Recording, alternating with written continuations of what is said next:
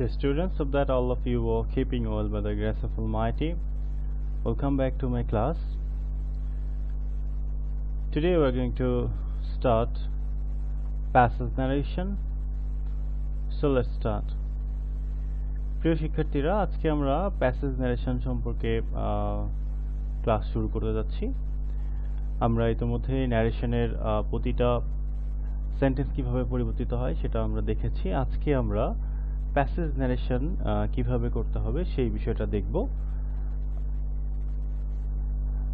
চলো শুরু করি। প্রথমত প্যাসেজ ন্যারেশন, সমগ্র প্যাসেজ ন্যারেশন পড়তে হবে এবং পড়ে বুঝতে হবে এখানে কে বা কারা কথা বলছে, কে কাকে বলছে, কে শুনছে। সো আগে আমাদেরকে বক্তা এবং শ্রোতা নির্ণয় করতে হবে। আমাদেরকে যে ন্যারেশনটা দেওয়া থাকবে, আমাদের পরীক্ষায় কিন্তু সেন্টেন্স ন্যারেশন থাকবে না, প্যাসেজ ন্যারেশন থাকবে। সো আমাদেরকে আগে বুঝতে হবে যে আসলে এখানে কে কাকে কি বলছে। সো এটা নির্ণয় করার পরেই আমরা প্যাসেজ ন্যারেশন করতে পারবো। সো প্রথম কাজ হচ্ছে আমাদেরকে সমগ্র প্যাসেজটি পড়তে হবে এবং পড়ে আমাদেরকে বের করতে হবে আসলে এখানে কে কাকে কি বলছে বা কারা কিভাবে কথা বলছে। এরপরে যেটি আমাদেরকে খেয়াল রাখতে হবে যে সমগ্র পুরোটা ন্যারেশন পড়ার পরে শ্রোতার নাম উল্লেখ না থাকলে বক্তা যাকে উদ্দেশ্য করে কথা বলেছে সেই ব্যক্তিকে শ্রোতা হি সি ধরে নিতে হবে। যেমন দেখো, কে কাকে বলছে আমরা অনেক সময় এটা কে বলছে এটা দেখবো, কিন্তু কাকে বলছে এটা নাও থাকতে পারে। সো যখন এরকমটা থাকবে তখন আমাদেরকে শ্রোতাকে ছেলে বা মেয়ে হিসেবে ধরে নিতে হবে এবং ছেলে ধরলে হি আমরা ব্যবহার করব এবং মেয়ে ধরলে আমরা সি ব্যবহার করব। সো দেখো, যেমন এখানে বলা হচ্ছে ডাইরেক্ট ন্যারেশনে বলছে Rahim said will you go to school, তুমি কি স্কুলে যাবে? তো will you go to school এই কথাটি জিজ্ঞেস করেছে রহিম, কিন্তু কাকে জিজ্ঞেস করেছে? সো এইখানে কিন্তু এই কথাটা উল্লেখ নেই। সো আমরা এখানে কিন্তু আমরা ধরে নিতে পারি একজনকে বলেছে। সো রহিম, এটা যেহেতু ইন্টারোগেটিভ সেন্টেন্স তাই আস্কড সেইডের পরিবর্তে আস্কড হবে। সো রহিম আস্কড, যেহেতু আমি ছেলে ধরলে হিম হবে এবং মেয়ে ধরলে হার হবে, কমা ইনভার্টেড কমার পরিবর্তে আমাদেরকে ব্যবহার করতে হবে ইফ। তারপরে আমাদেরকে সাবজেক্ট নিয়ে আসতে হবে। যদি আমি ছেলে ধরি তাহলে হি লিখবো, মেয়ে ধরলে সি লিখবো। তারপরে টেন্সের যে পরিবর্তনের নিয়ম সেই নিয়ম অনুসারে এখানে উড গো টু স্কুল ব্যবহার করা হচ্ছে, টেন্স চেঞ্জ হচ্ছে। টুডে থাকলে হয়ে যায় দ্যাট ডে। সো আমরা এখানে দ্যাট ডে ব্যবহার করেছি। আচ্ছা, এই হচ্ছে কথা। সো মানে সহজ কথায় যদি বলতে যাই যে আমি কে বলছে এটা দেখতে পাচ্ছি কিন্তু কাকে বলছে এটা দেখতে পাচ্ছি না, বোঝা যাচ্ছে না, নাই দেওয়া, সেক্ষেত্রে আমাদেরকে একজনকে ধরে নিতে হবে, ছেলে অথবা মেয়ে। ছেলে ধরলে আমরা হিম ধরবো, মেয়ে ধরলে হার ধরবো। সো এইভাবে আমাদেরকে পরিবর্তন করতে হবে। তারপরে দেখো রিপোর্টিং ভার্ব। রিপোর্টিং ভার্বটা যদি শেষে থাকে বা মাঝখানে থাকে তখন আমরা এটাকে কিভাবে পরিবর্তন করব?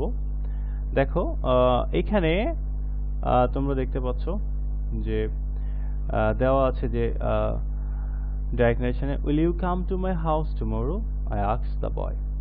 সো এখানে কিন্তু আমরা যেগুলো করেছি যে সেন্টেন্স ন্যারেশনে সবসময় প্রথমে কে কাকে বলছে এটা আমরা পেয়ে গিয়েছি, কিন্তু এখানে কিন্তু শেষে দেওয়া থাকতে পারে, মাঝখানে দেওয়া থাকতে পারে। সো আমাদেরকে এই জিনিসটা জানতে হবে। দেখো এখানে এই কথাটা কিন্তু কে কাকে বলেছে লাস্টে দেওয়া আছে, কিন্তু আমি যখন ডাইরেক্ট থেকে ইনডাইরেক্ট করব তখন আমাকে এই অংশটুকুকেই কিন্তু ফার্স্টে নিয়ে আসতে হবে। So will you come to my house tomorrow, সেটা জিজ্ঞেস করেছে, আমি জিজ্ঞেস করেছি, কাকে জিজ্ঞেস করেছি? দ্য বয়কে। তাহলে আই আস্কড দ্য বয়, এই অংশটা সামনে চলে আসবে, এই অংশটা সামনে চলে আসলো, এই অংশটা সামনে চলে আসলো। এখন এইখানে যেটুকু রয়েছে এটা ইন্টারোগেটিভ সেন্টেন্স এবং এটার পরিবর্তনের নিয়ম অনুসারে আমরা পরিবর্তন করব। ইফ দিয়েছি এবং যেহেতু বয়, সো সেক্ষেত্রে পরিবর্তন হি, টেন্স পরিবর্তন উইল হয়ে যাবে would come to my house, tomorrow থাকলে হয় the next day. So tomorrow থাকলে আমরা ব্যবহার করব দ্য নেক্সট ডে। সো এগুলা কি পরিবর্তিত হয়ে কি হবে এই জিনিসগুলো কিন্তু আমরা আমাদের আগের ক্লাসগুলোতে আমরা দেখেছি। সো এখানে যে জিনিসটা আমরা দেখলাম সেটা হচ্ছে যে যদি কখনো কোনো সেন্টেন্সের যে রিপোর্টিং ভার্ব সেটা যদি শেষে থাকে বা মাঝখানেও থাকতে পারে, তখন আমরা কি করব, তখন এটাকে আমরা সর্বপ্রথম নিয়ে আসব, নিয়ে এসে আমরা বাকি যে নিয়ম আছে প্রতিটা সেন্টেন্স পরিবর্তনের, সেই সেন্টেন্সের পরিবর্তনের নিয়ম অনুসারে আমরা এটিকে পরিবর্তন করব। আচ্ছা, তারপরে দেখো এখানে বলা হচ্ছে যে প্যাসেজ নারেশনের মূল যে কথা, যে একটা ইনভার্টেড কমার ভিতরে কিন্তু অনেকগুলো কথা থাকবে, 4টা থাকতে পারে, 5টা থাকতে পারে, 10টা থাকতে পারে, অনেক থাকতে পারে। সো তখন আমরা কি করব, তখন আমরা যেটা করব সেই ক্ষেত্রে দেখো ডাইরেক্ট স্পিচে অনেক ক্ষেত্রে রিপোর্টেড স্পিচ এ একই বক্তার অধীনে 2 বা ততোধিক উক্তি ব্যবহৃত হয়, মানে একজন অনেকগুলো কথা বলে। তো সেই ক্ষেত্রে আমাদের কি হবে, তখন আমাদের এই কথাগুলোকে একটাকে অন্যটার সাথে যুক্ত করতে হবে। সো এই যুক্ত করার একটা প্রসেস আছে, সেই প্রসেসটা নিয়ে আমরা এখন কথা বলবো। দেখো প্রথম সেন্টেন্স সে টেল সেড টোল্ড, দ্বিতীয় সেন্টেন্সে অ্যান্ড অ্যাডেড অথবা অ্যান্ড অ্যাডেড, এবং তৃতীয় সেন্টেন্সের ক্ষেত্রে আমরা ইউজ করতে পারি অ্যান্ড অলসো অ্যাডেড, হ্যাঁ, ফার্দার অ্যাডেড। সো আমরা অনেকগুলা কানেক্টর, স্টিক কানেক্টর না, এগুলো একটা সেন্টেন্সকে আরেকটা সেন্টেন্সের সাথে যুক্ত করতে ব্যবহার করা হয়। সো এখানে আমরা এই জিনিসটা ফলো করব। সো প্রথমে আমরা ইউজ করতে পারি অ্যান্ড অ্যাডেড, তারপরে অ্যান্ড অ্যাড বা অ্যাডেড, যদি সে থাকে তাহলে অ্যান্ড অ্যাড, আর যদি সেইড থাকে বা পাস্ট টেন্সে থাকে তখন অ্যাডেড হবে।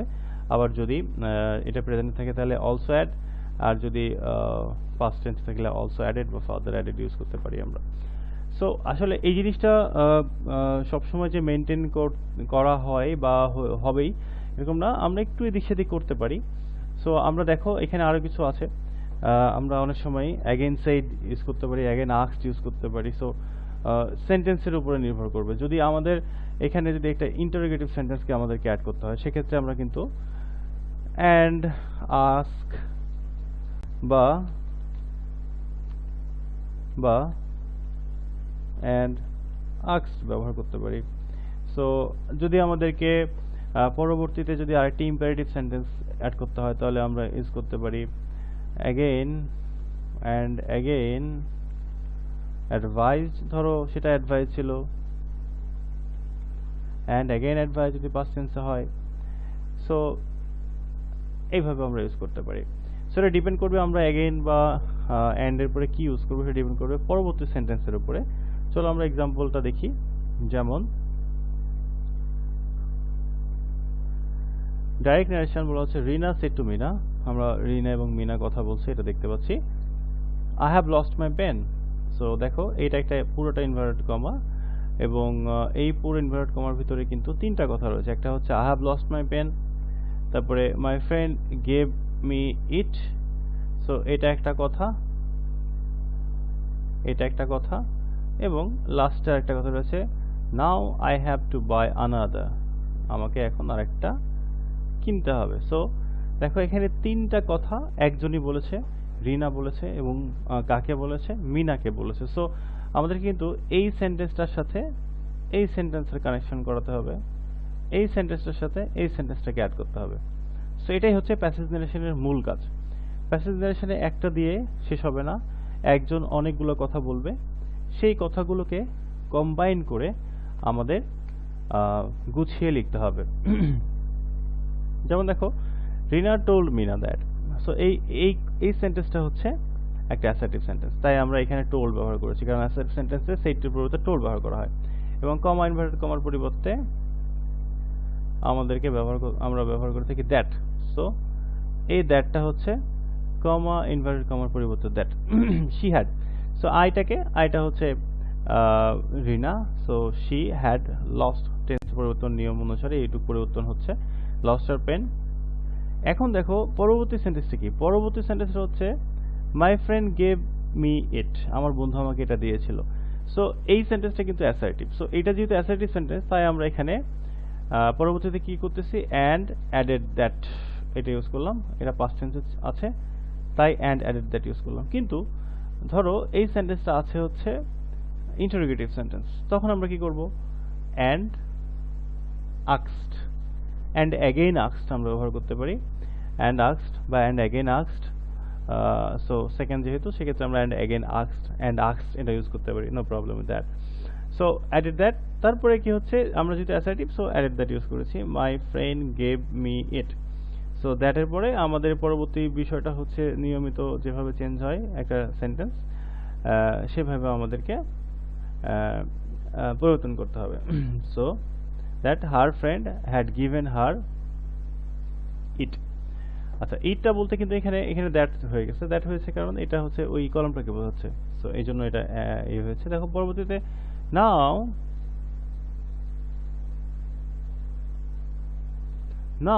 I have to buy another one, sorry, now I have to buy another, আমাকে এখন আরেকটা কিনতে হবে। সো এই কথাটাও কিন্তু অ্যাসার্টিভ। সো অ্যাসার্টিভ হলে আমরা বলেছি অ্যান্ড অ্যাগেন অ্যাডেড দ্যাট বলতে পারি, and also added that use করতে পারি। So further added that use করতে পারি। সো এটা ডিপেন্ড করতেছে আমাদের সিকোয়েন্সের উপরে। So and also added that আমরা এখানে ইউজ করলাম। So and also added that আমরা এখানে ইউজ করলাম কারণ এটা তৃতীয় পয়েন্ট। সো এইটা যদি ধরো, এখন সাপোজ এই সেন্টেন্সটা ছিল হচ্ছে imperative, so and further advice দিতে পারতাম, অ্যান্ড অলসো অ্যাডভাইস ইউজ করতে পারতাম। এটা ডিপেন্ড করবে আমি পরবর্তী যে সেন্টেন্সটাকে যুক্ত করব পূর্ববর্তী সেন্টেন্সের সাথে, সেই সেন্টেন্সটার উপরে, এই সেন্টেন্সটার উপরে। তাহলে এই সেন্টেন্সে অ্যাসার্টিভ, তাই আমরা এখানে অ্যান্ড অলসো অ্যাডেড ইউজ করেছি। That now I have to buy another, so then she have to আছে had to buy another, now থাকলে হয়ে যায় দেন, এখানে দেন চলে আসছে।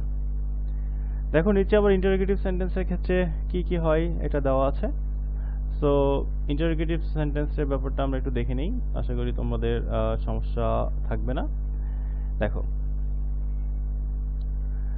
প্রথমে সেন্টেন্সে আস্কড বা আস্কড হবে, দ্বিতীয় সেন্টেন্সে আস্কড অ্যান্ড আস্কড, তৃতীয় সেন্টেন্সে অলসো আস্কড, ফার্দার আস্কড।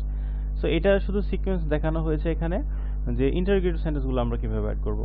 তো আমি এই সেন্টেন্সটার মাধ্যমে তোমাদেরকে পুরো সেন্টেন্সের প্যাটার্নটাই বোঝানোর চেষ্টা করতেছি যে এটা আমরা কি অ্যাড করব পরবর্তীতে ডিপেন্ড করবে পরবর্তী সেন্টেন্সের উপরে। সো ইট ডাজন্ট ম্যাটার যে আমি প্রতিবারই এটা ইউজ করব। সো দেখো এখানে কি বলা হচ্ছে যে Rina said to Mina, what are you doing now, will you not go to school, is there any problem today. So সবসময় যে সবগুলো সেন্টেন্স একই হবে, প্রতিটা সেন্টেন্স অ্যাসার্টিভ হবে বা প্রতিটা সেন্টেন্স ইন্টারোগেটিভ হবে, সেটা কিন্তু এরকম না। এক একটা সেন্টেন্স এক একটা রকমই হবে, এটাই স্বাভাবিক। সো এখানে তিনটা সেন্টেন্স আছে, তিনটা সেন্টেন্সই হচ্ছে আমাদের এখানে ইন্টারোগেটিভ আছে। সো ইন্টারোগেটিভ সেন্টেন্স থাকলে আমরা যে প্যাটার্নটা ফলো করব, এর পরবর্তীতে যে যদি অন্য কোনো সেন্টেন্স থাকতো তাহলে আমরা সেই প্যাটার্নটাই ফলো করব। সো কিন্তু সেক্ষেত্রে অ্যাডেড অ্যান্ড অ্যাগেন বা অ্যান্ড অলসোর পরে যে ওয়ার্ডটা ইউজ হবে সেটা চেঞ্জ হয়ে যাবে। যেমন দেখো Rina, what are you doing now, will you not go to school, is there any problem to you. So Rina asked Mina what she was doing then, আমরা নিয়মিত পরিবর্তন হচ্ছে যেটুক সেভাবে পরিবর্তন করলাম ন্যারেশনের পরিবর্তনের নিয়ম অনুসারে। এরপরে কি হচ্ছে, দেখো এই সেন্টেন্সটাকে কিন্তু আমি এখন এই সেন্টেন্সটার সাথে যুক্ত করতে হবে আমাকে। সো আমি এখানে যেহেতু ইন্টারোগেটিভ, তাহলে এখানে অ্যান্ড আস্কড, সো নর্মালি যেহেতু past tense, so and asked use করা হয়েছে যুক্ত করার জন্য। If she would not go to school today থাকলে দ্যাট ডে হয়। আচ্ছা, তারপরে অ্যান্ড অলসো আস্কড, এখানে অ্যান্ড অলসো আস্কড ব্যবহার করেছে, পরবর্তী সেন্টেন্সটাও হচ্ছে অ্যাসার্টিভ, এই জন্য if there was any problem to her. এখন যদি এই সেন্টেন্সটা হতো অ্যাসার্টিভ, সাপোজ এই সেন্টেন্সটা অ্যাসার্টিভ, তখন কিন্তু আমি এখানে অ্যান্ড আস্কড ব্যবহার করতাম না, অ্যান্ড অ্যাডেড দ্যাট তখন ব্যবহার করতাম। আবার ধরো এই সেন্টেন্সটা হচ্ছে একটা এক্সক্লেমেটরি সেন্টেন্স, তাহলে and also exclaimed with joy বা সরো on the what ever surprise, so আমি সেটা ইউজ করতাম। সো এটা ডিপেন্ড করবে আমি এখানে কি অ্যাড করব, it depends on the next sentence. আচ্ছা, এরপরে দেখো আহ, এই এই পয়েন্টটি খুবই গুরুত্বপূর্ণ। এইভাবে প্রশ্ন এসে থাকে যে রিপোর্টের স্পিচের মধ্যে যদি কারো নাম উল্লেখ থাকে, তবে ইনডাইরেক্ট করার সময় তার রিপোর্টেড ভার্বের পরে লিখতে হয়। যেমন ধরো, she said where are you going Nasima, where are you going Nasima, এটা বলা হচ্ছে। সো দেখো নাসিমার কোথায় যাচ্ছে, নাসিমাকে কিন্তু ভিতরে নেওয়া হয়েছে। সো নাসিমাকে কিন্তু সে জিজ্ঞেস করতেছে, কনফিউজ হওয়া যাবে না, অ্যাড্রেসিং এর ব্যাপারটা আলাদা।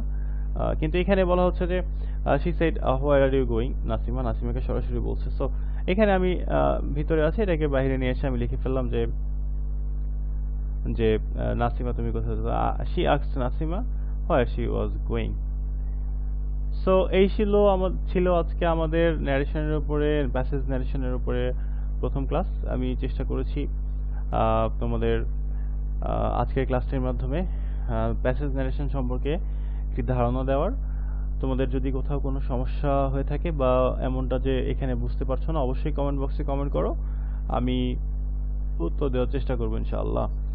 সো আমাদের মনে রাখতে হবে, আমরা প্যাসেজ ন্যারেশনে একে অন্যের সাথে যুক্ত করব। এই যুক্ত করার প্রক্রিয়ায় পরবর্তী সেন্টেন্সের উপরে ডিপেন্ড করে আমাদেরকে বিভিন্ন ওয়ার্ডস ইউজ করতে হবে।